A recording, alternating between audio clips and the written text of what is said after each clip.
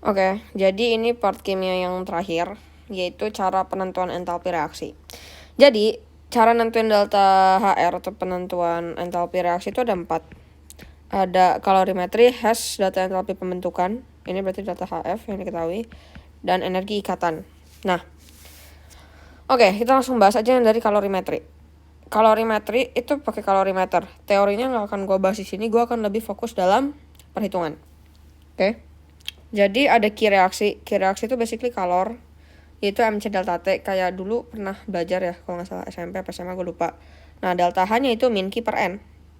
Coba kita masuk ke contoh soalnya dulu. Ke dalam 50 ml larutan tembaga sulfat, bla bla bla bla bla. Suhu larutan naik 20 derajat Celcius, kalor jenis, kapasitas solid diabaikan, tentukan delta H. Ini persamaan reaksinya udah setara, jadi ya udah aman-aman aja. Sekarang kita lihat dulu nomor 16. Yang kita ketahui apa? V 50 ml. Molaritas 0,4.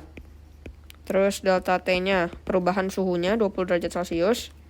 Kalor jenis air tuh ya, dalam sini dia kalor jenis larutannya sama kayak kalor jenis air ya. Jadi itu seharusnya ada keterangan. Kalaupun dia nggak kasih tahu kayak maksudnya pasti dikasih tahu sih. Maksudnya kayak kalor jenisnya berapa itu udah pasti dikasih tahu. 4,18 J per G per K. Kapasitasnya diabaikan, massa jenisnya, rho-nya 1 kg per liter. Oke. Nah, sekarang, atau gue bisa ubah 1000 gram per liter. Yang kita perlu tahu, molnya berapa? Mol kan ada yang rumus yang molaritas dikali volume ya. Molaritasnya 0,4 dikali 50 dalam bentuk liter. Berarti kita bagi 1000. Itu berarti berapa tuh? 1000 dikali 10, 20 per 1000 atau 2 per 100 ya, 0,02. Udah dapat 0,02 mol, sekarang kita nyari masanya. Masanya kita tahu massa jenisnya berapa. Berarti ada rumus. Kalau lu nggak inget rumusnya, lu lihat aja nih satuannya. Gram per liter. Yang kita pakai cuma 50 ml. Berarti biar kita dapat dalam bentuk gram, berarti kan gram per liter harus kita kaliin liter kan, biar kita dapat gram kan. Kalau lu nggak mau ngapal rumus kayak gitu aja, lihat dari satuannya bisa. Berarti massa dengan kata lain rho kali V. Rho-nya 1000 gram per liter. Volumenya 50 ml, berarti kita bagi 1000 biar sama. Berarti di sini 50 gram. Oke. Udah dapat 50 gram, 0,02 mmol, ya udah. Sekarang kita tinggal masukin ke key reaksi. Key reaksi itu MC delta T. M50, C-nya itu 4,18. Ini kan dalam bentuk Kelvin. Lu jujur nggak perlu diubah. Karena gini, yang kita lihat itu kan kayak kayak naiknya gitu, kayak perbedaannya gitu loh. Jadi misalnya kalau dia naik 20 derajat, misal dari 0 sampai 20. Berarti kan naiknya 20 derajat kan? Nah, apa bedanya kalau gue convert ini ke Kelvin? 273 jadi 29293. Yang dihitung kan juga selisihnya 20 derajat. Jadi kayak nggak perlu diubah. Jadi biarin aja. Kali 20. Berarti itu berapa tuh? 10, 12, 418 per 100. 4180 Joule. Yang ditanya delta H-nya, ya udah berarti min Q reaksi per mol. Min 4180 per 2 per 100. 2090 kali 100 tuh berarti tuh 2. Min 209 kJ per mol. Kayak itu hasilnya. Lanjut. Nomor 17. Apabila 100 ml larutan KOH direaksikan dengan 100 ml larutan HCl1M dalam sebuah kalorimeter, ternyata suhu larutan naik dari 27 sampai 32,5 jenis kalori. Oke, yang ditanya adalah perubahan entalpi reaksi. 17. Jadi yang kita ketahui apa aja? Oke, kita akan tulis NKOH. NKOH itu berapa tadi? M kali V-nya. 1M sama 100. 1 sama 100 per 1000. Ingat dalam liter ya, berarti 0,1 mol. NaCl itu juga sama. M kali V. 100 per 1000. 0,1 mol. Nah, terus data yang lain lagi yang bisa kita dapat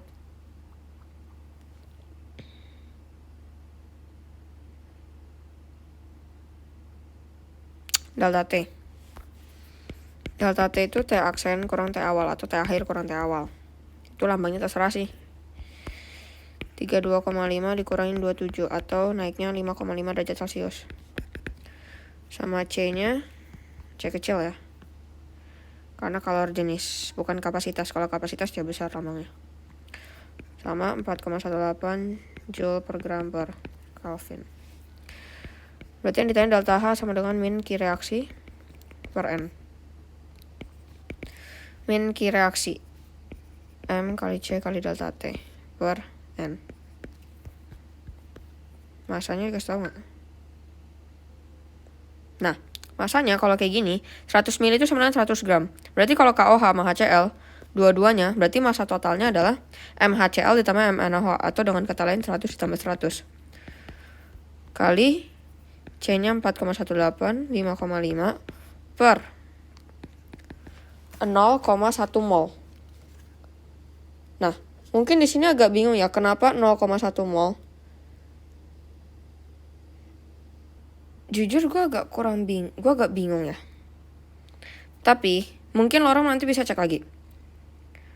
Gini ya, kalau kita tulisin NA HCl tambah NaOH kan jadinya NaCl plus H2O kan, ARS. Ini yang kayak kelas 10 waktu itu 0,1 0,1. Berarti kan yang reaksi 0,1 0,1 0,1 0,1 kan. Ini habis ini 0,1 0,1.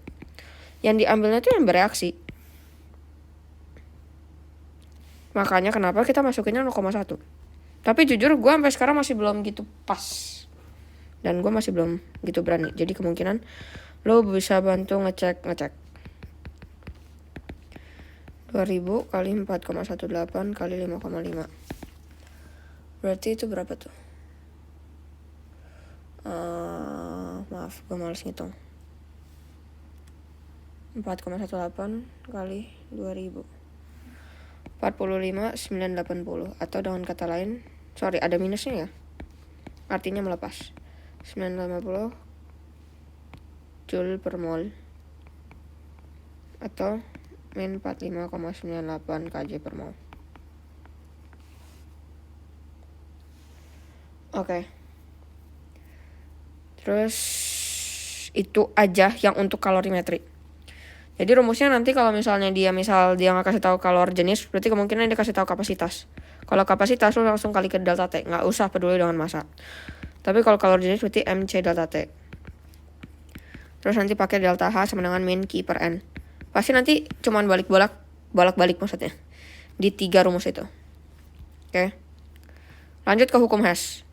Hukum Hess adalah suatu reaksi dapat terjadi melalui beberapa tahap atau jalan yang ditempuh, tidak akan mempengaruhi entalpi reaksi. Dia bakal cuma tergantung di awal sama di akhir, tapi bukan tahap yang ditempuh. Dia juga penjumlahan entalpi dari setiap tahap. Oke. Biasanya soal ini yang keluar ya, yang gue perhatiin. Tentukan perubahan entalpi penguapan air dari wujud padat. Berarti sini solid. Sekarang kita mau solidnya yang dari kiri. Ya dong. Kalau kita mau kalau kita mau yang solid kiri, berarti kita harus balik yang persamaan yang anggaplah ini ada 3 ya. 1, 2, 3. Berarti kita harus balik yang kedua. Persamaan kedua. Dan ini akan mempengaruhi delta H-nya. Sama kayak tadi yang part sebelumnya. Kalau kita balik, itu beda sih. Tapi sama. Kalau kita balik, berarti delta H-nya juga berubah tandanya. Yang dari minus ke positif, ataupun selanjutnya. Yang dari positif ke minus. Oke? Jadi kita balik dulu ya, bentar. Aduh. Kita balik dulu. Jadinya H2 gas tambah setengah O2 H2O gas massa H min 241,8 kJ. Kalau gue balik H2O dalam bentuk solid jadinya ke H2O liquid 6,01 kJ. Oke, nah terus kan kita mau yang dalam bentuk yang dalam kayak penguapan air kan berarti kan menjadi unsur-unsur pembentuknya kan, dari yang H2O solid jadi unsur-unsur pembentuknya. Nah, yang H2O ini yang persamaan ketiga juga kita harus balik. H2 gas tambah setengah O2. Delta H-nya juga jadi positif 285,8 kJ. Nah, mungkin agak bingung kenapa yang ketiga kita balik. Kalau yang kedua masuk akal lah, karena kita kan maunya dari solid kan. Nah, jadi gini loh, lo lihat dari 3 ini, gimana ceritanya kita bisa ubah dari solid ke unsur-unsur pembentuknya. Karena gini ya, kalau misalnya kita nggak balik yang ketiga, misal yang sini tetap H2O S, terus yang sini H2O yang L. Nah, nanti kan kita kan tambah nih. Yang ini yang H2L sama H2 itu jadi 2H2L. Nah kan nggak boleh, kalau penguapan itu kan pasti harus yang ke unsur pembentuknya. Nah, maka itu kayak kita harus gimana ceritanya kita bolak-balik, apa diapain, apa dikali 2 kayak misal. Kalau dalam kasus ini enggak ya. Atau dikali 2, atau dikali 3, atau dibagi 2, apa gimana ceritanya. Supaya habis gitu loh. Nih, maksud gue habis tuh gini. Kita tambah semuanya ya. Ini gue agak pindahin atau gue beda warna biar gak mabok pola. Nih, kalau kita yang kayak gini tadi. H2S solid udah kan. Nah, H2O liquid ini kanan sama kiri bisa diubah. Bisa dicoret. Maksudnya, bukan diubah. Terus mana lagi? Sini sama sini juga bisa. Ini sama ini juga bisa. Jadi hasilnya tinggal dari solid ke gas karena kan penguapan. Oh ya. Yang maksud gua kalau bukan ke unsur pembentuk, karena kalau unsur pembentuk itu penguraian. Kalau ini penguapan berarti cuma dari solid ke gas dong. Kan dia menguap. Berarti H2O solid jadinya H2O gas. Jadi kalau kanan ada kiri ada, lu bisa coret. Dan itu harus sama koefisiennya. 1 sama 1, 2 sama 2. Kenapa harus sama? Misalnya, kalau misalnya gue ada tulis gini. 2H2O liquid. Sini H2O liquid. Kan berarti kan sini coret. Sini masih sisa 1 dong. Nah itu gak bisa habis. Makanya koefisien harus sama. Kalau dalam hukum Hess. Dan kalau misalnya lu mau kali 2 persamaannya, koefisiennya, delta H-nya lu kali 2. Lu mau bagi 2, delta H-nya bagi 2. Jadi ada permainannya di delta H tuh, kalau lu berubah reaksinya, lu mau balikin kayak tadi yang kedua atau yang ketiga, jadi berubah tanda. Kalau lu kaliin koefisiennya, berarti delta H-nya dikaliin. Kalau lu bagi, misal bagi 2, berarti delta H-nya juga dibagi. Begitu. Oke? Nah, berarti kalau udah kayak gini, kita tinggal tambahin aja delta H-nya totalnya semua berapa. Nah, berarti bentar. Totalnya adalah delta H-nya 50,01 kJ. Jadi kayak gitu. Oke? Berarti ini penguapan ini mau dari solid ke gas. Kalau penguraian baru ke unsur pembentuk ya. Sorry. Oke, yang ketiga ada data energi pembentukan. Nah, ini sama yang bawahnya sih mirip ya. Tapi nanti kita jelasinnya beda dulu aja. Kalau ini gue lebih sukanya kadang ngafalinya kanan kurang kiri. Nanti lu ngerti maksud gue kanan kurang kiri. Jadi kalau ini rumusnya adalah delta HR sama dengan delta HF produk dikurangin delta HF reaktan. Kan pasti kan kalau itu reaktan produk gini kan. Makanya kenapa tadi gue sukanya kanan kurang kiri. Karena kan produk ada di kanan, reaktan ada di kiri. Begitu. Nah, kita lihat dulu. Ini semuanya udah setara belum? BaCl2 udah ya.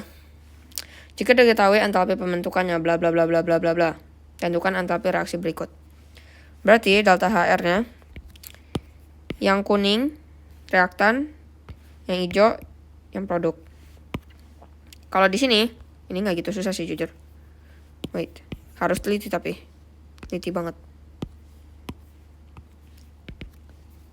Berarti delta H, gue tulis dulu, HF produk, ya elah. Ini seharusnya sigma ya, ada sigmanya. Jadi kayak ditotalin, yang produk itu ditotalin, yang reaktan yang reaktan juga ditotalin, terus nanti saling dikurangin.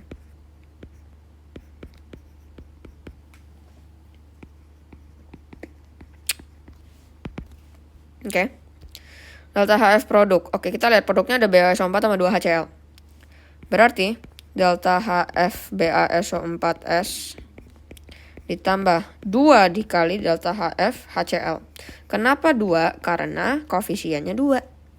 Dikurang delta HF BaCl2 punya aki tambah delta HF H2SO4 aki. Berarti berapa tuh? Delta HF BaSO4 berturut-turut min 1473,3 ditambah 2 dikali delta HF-nya HCl. Berapa sih? Oh. Min 167,1 kurangin BaCl2 punya itu. Min 858,6 tambah. Aduh. Bentar, gue salah masukin gak sih? Nggak kan? Ya enggak. Min 909,27. Berarti ini balik lagi adalah teliti dalam perhitungan. Berarti berapa tuh? Min 147,3 3,3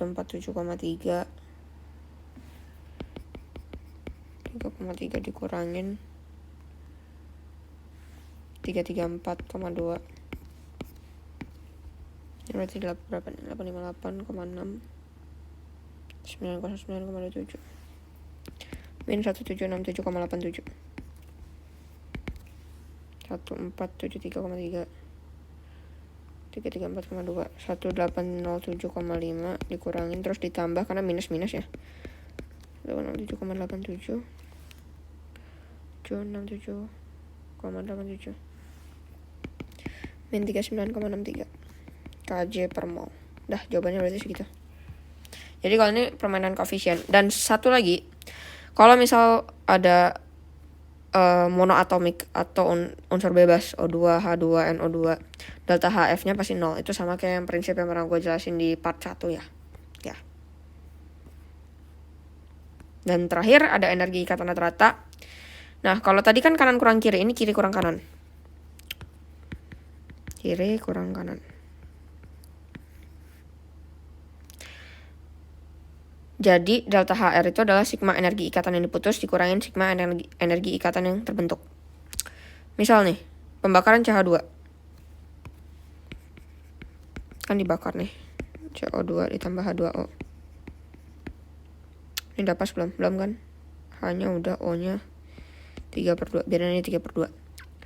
Nah, kita gambarin strukturnya.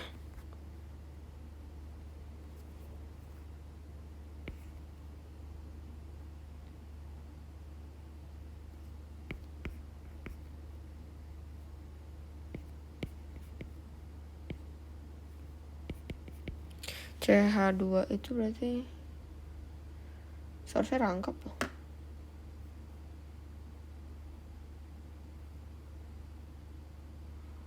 Iya, CH2 seharusnya rangkap gak sih? Wait, bentar.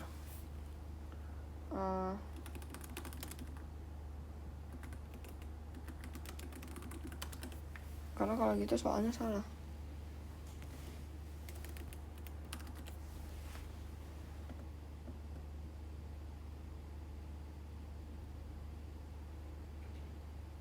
Oh enggak, sorry.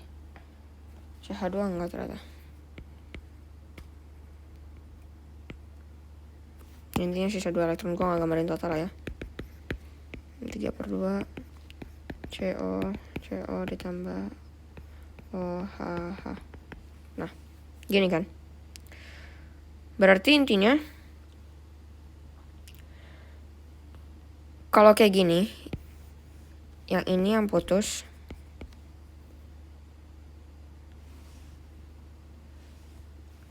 yang kanan yang gak bentuk.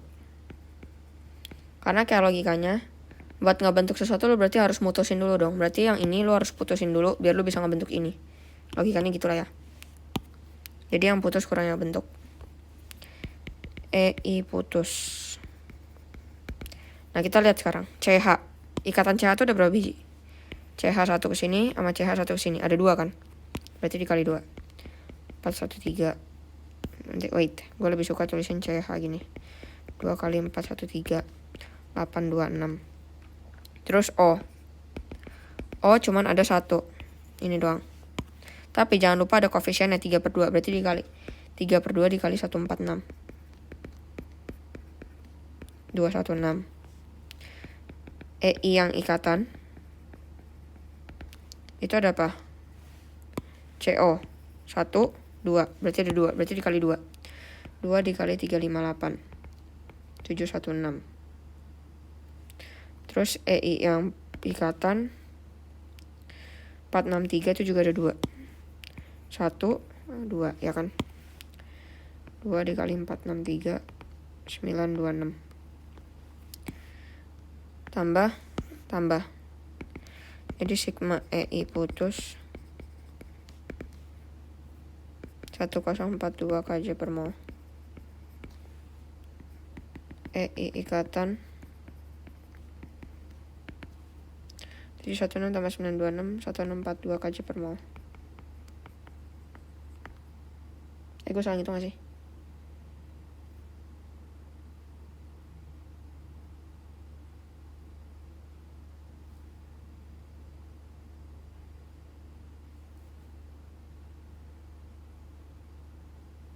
Ya, kayaknya nggak salah sih. Ya.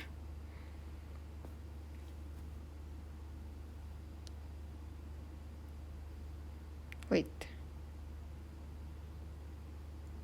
Sorry, ini bukan 72, 73. Gue baru nyadar. 219 45. Intinya itu berdasarkan data-data yang ada, nggak perlu dihafal. Berarti ya udah delta HR-nya.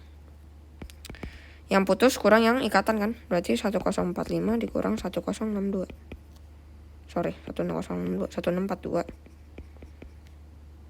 Berapa tuh? Minus 597 kJ per mol.